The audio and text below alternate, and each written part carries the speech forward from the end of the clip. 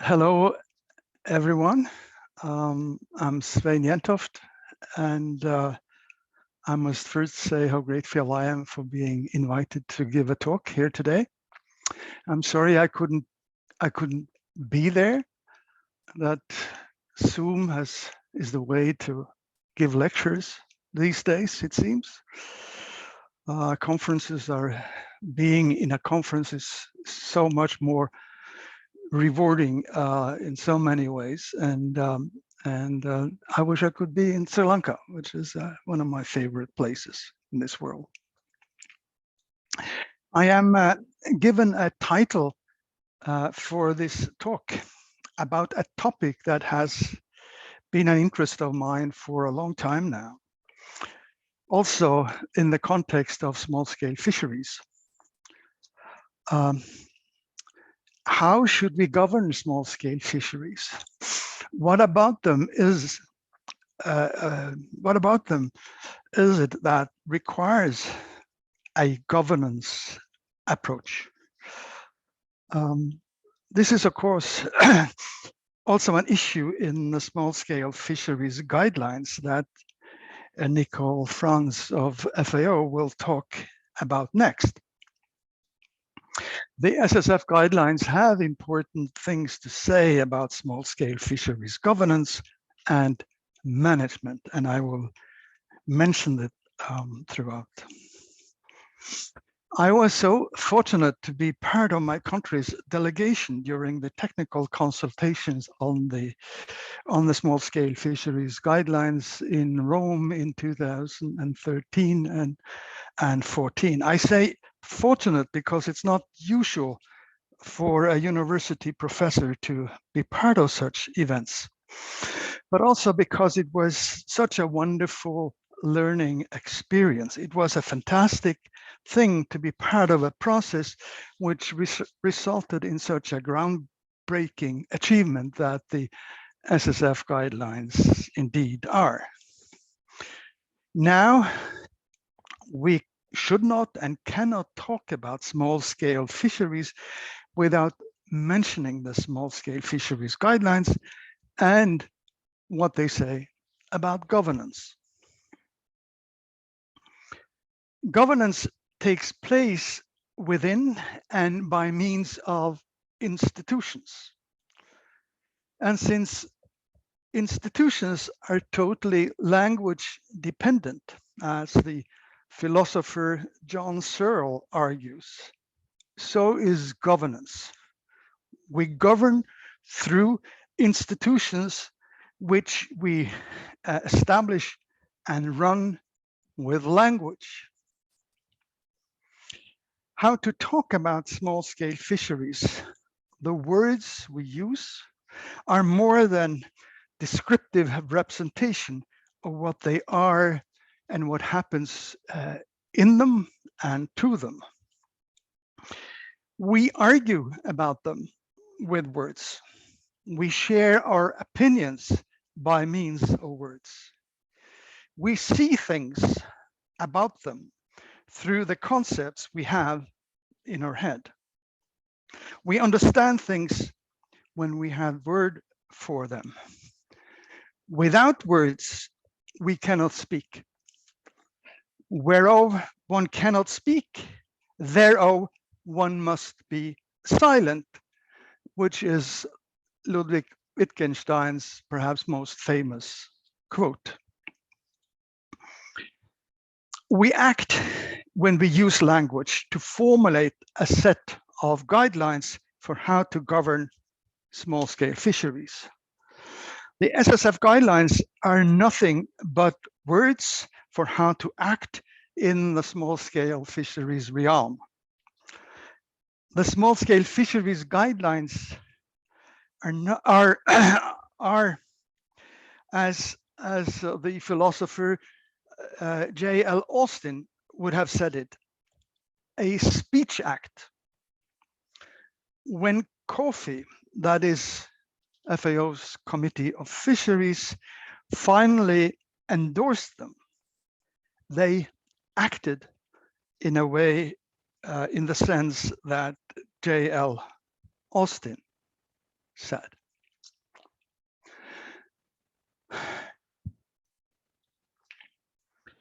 Therefore, the technical consultations where country delegates and civil society representatives deliberated on the SSF guidelines, they used words to discuss which words to use and how words should be understood.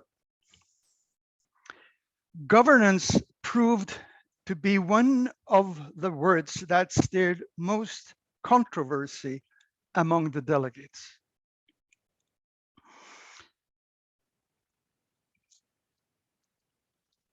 What does governance mean anyway? Could we not stick with the more commonly used word management? Some asked. What's the difference between the two? Are they not sufficiently overlapping to be thought of as synonymous? There were those during the consultation who argued that the governance concept should be taken out, should not be in the SSF guidelines.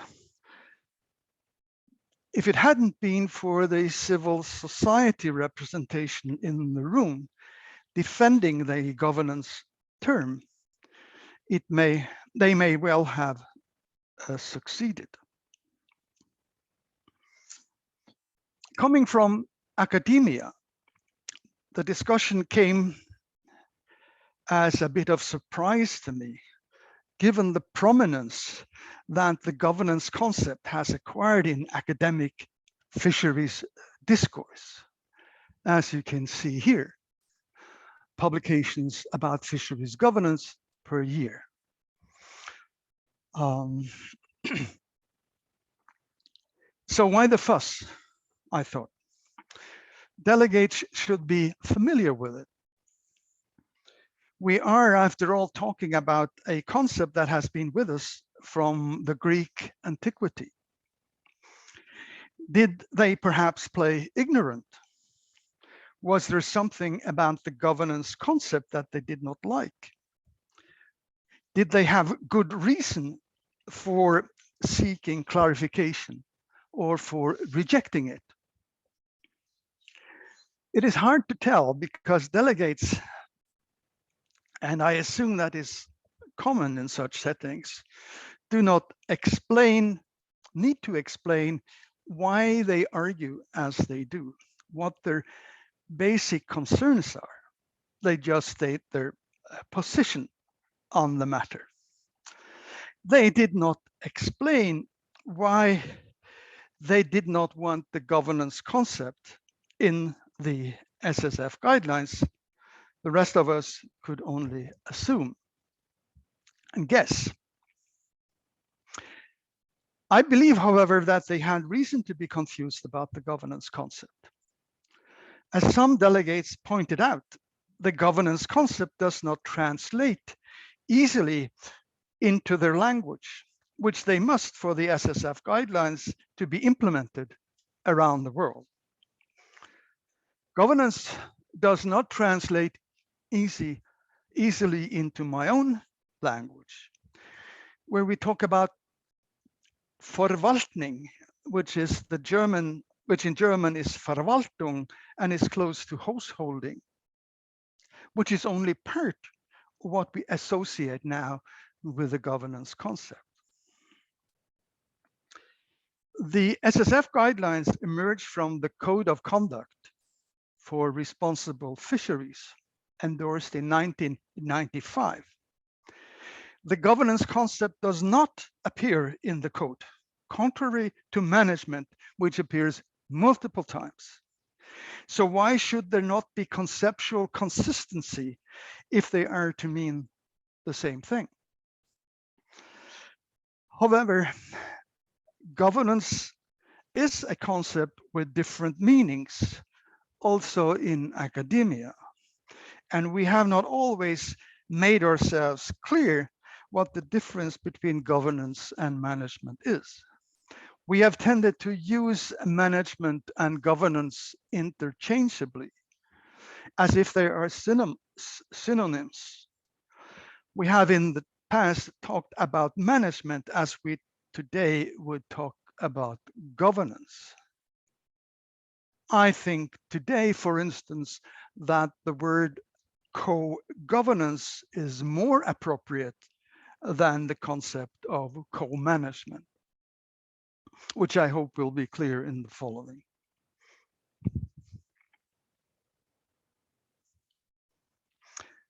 In an FAO workshop on the tenure guidelines, where the governance concept appears in the title, I was challenged by a participant to tell the difference between management and governance.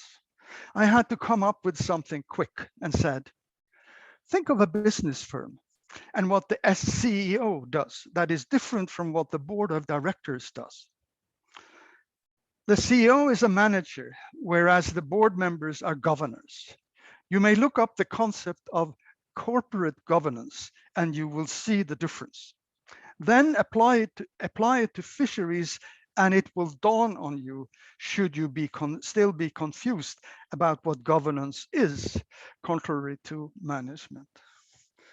But you may still be confused, but at a somewhat higher level, one can say.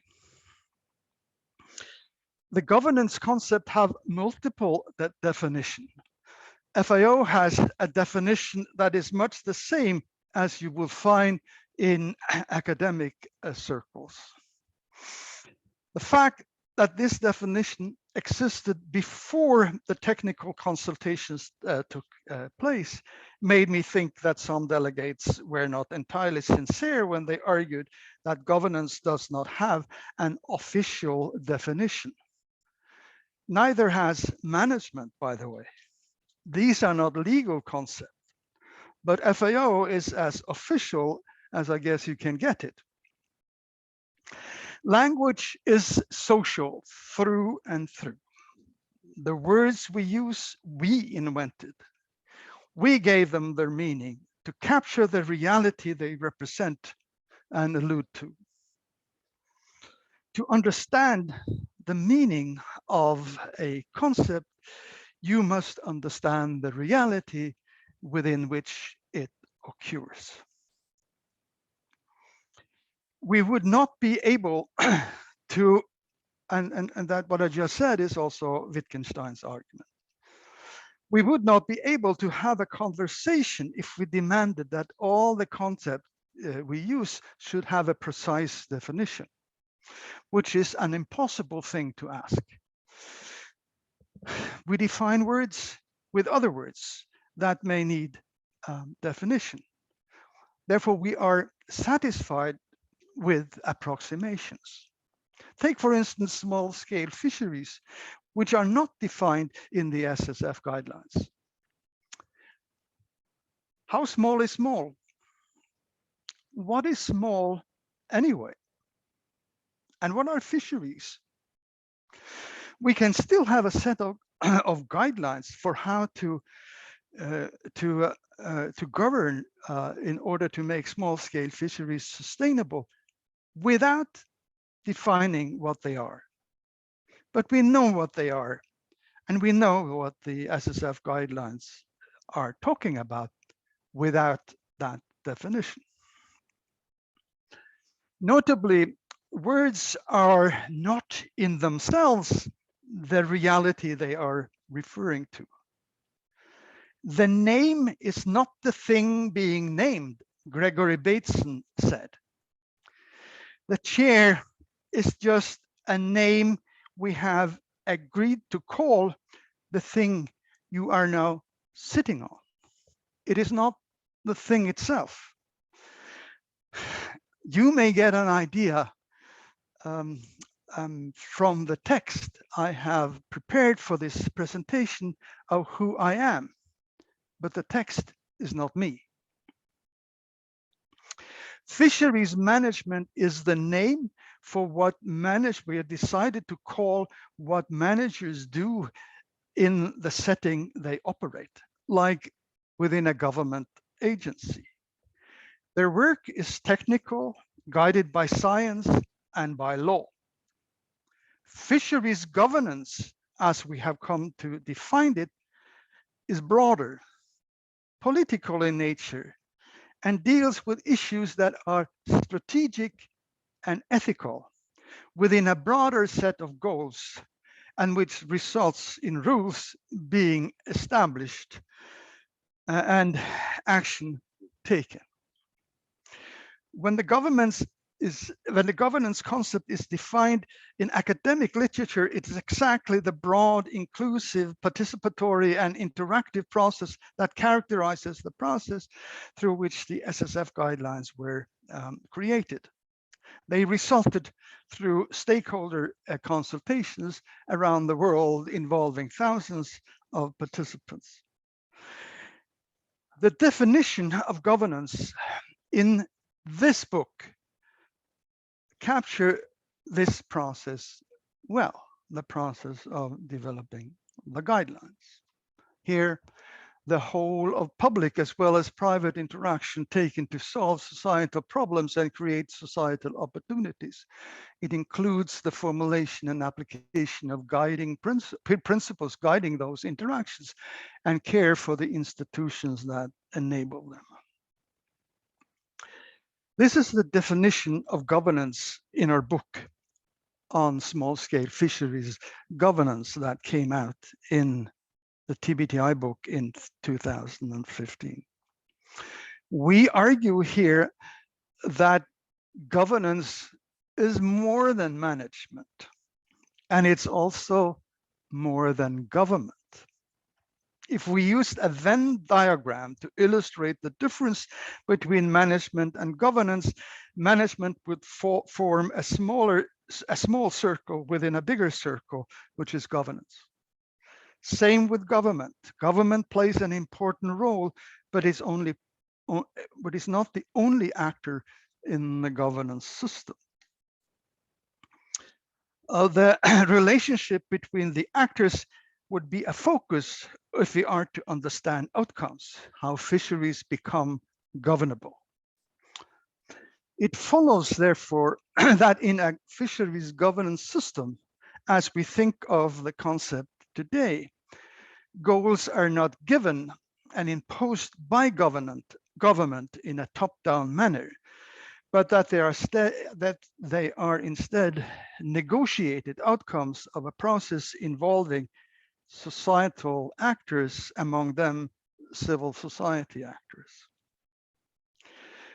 Governance forms a more open and unstable system, therefore, where conflicts are inherent because those who are involved have their own interests, stakes, and goals that are not necessarily compatible. Negotiating conflict is therefore an inherent part of governance. This image of governance looks less like a pyramid and more like you could call it a roast on the right hand side there. The government's system is like a political coalition to the right, deciding on issues that are not only technical. It involves determining which goals are good and worth having, and thus about more values and moralities. Poverty eradication is a central goal in the small-scale fisheries guidelines. You may remember Garrett Hardin in his classical paper on the tragedy of the commons argue that poverty does not have a technical solution. Most societal problems don't, because they have a moral dimension. Societal problems solving, therefore, needs a different process than, let's say, that of science. Before we can move to solve a problem, we must find a way to agree on what it is, which in a societal context is never easy. because people tend to have different ideas of what the problem is. The problem is therefore to define the problem. As Ritter and Weber argued in a famous paper about wicked problems, and also which they used poverty as an example. Our idea of poverty has evolved and become more inclusive over the years. In the SSF guidelines, poverty is broadly talked about. It is not just income or lack of purchasing power, but also includes health and education and having a voice in the political process or the governance process. Then we are back to where I started at. The problem must be defined by use of concepts, the concepts that are available to us. We use language to determine how to define the problem. For instance, what poverty is. We must act on it through a governance process as we agree to define it, with the means that governors have at their disposal. These means are in themselves language dependent, such as law. The governance reforms that the SSF guidelines advocate cannot happen without language. So how does our conversation about the problems and opportunities of small-scale fisheries and what needs to be done change when we think of them from a governance rather than a management lens?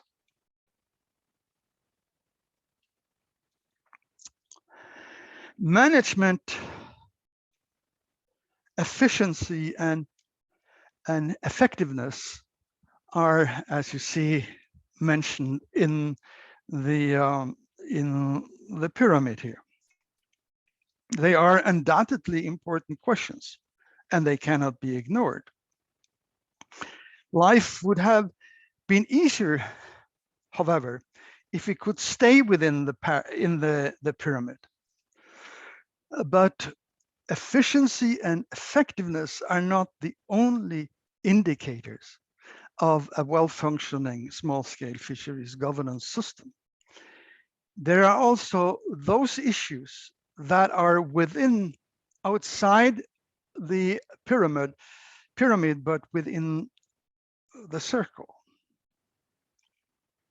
Should managers ignore or forget about them, they will be reminded now with the power of language that is in the SSF guidelines. These guidelines have important things to say about all these issues that are within the circle. And I would encourage you to check out for yourself. The SSF guidelines are not a technical manual. They invite a broad conversation about small-scale fisheries with other concepts that typically dominate the management vocabulary.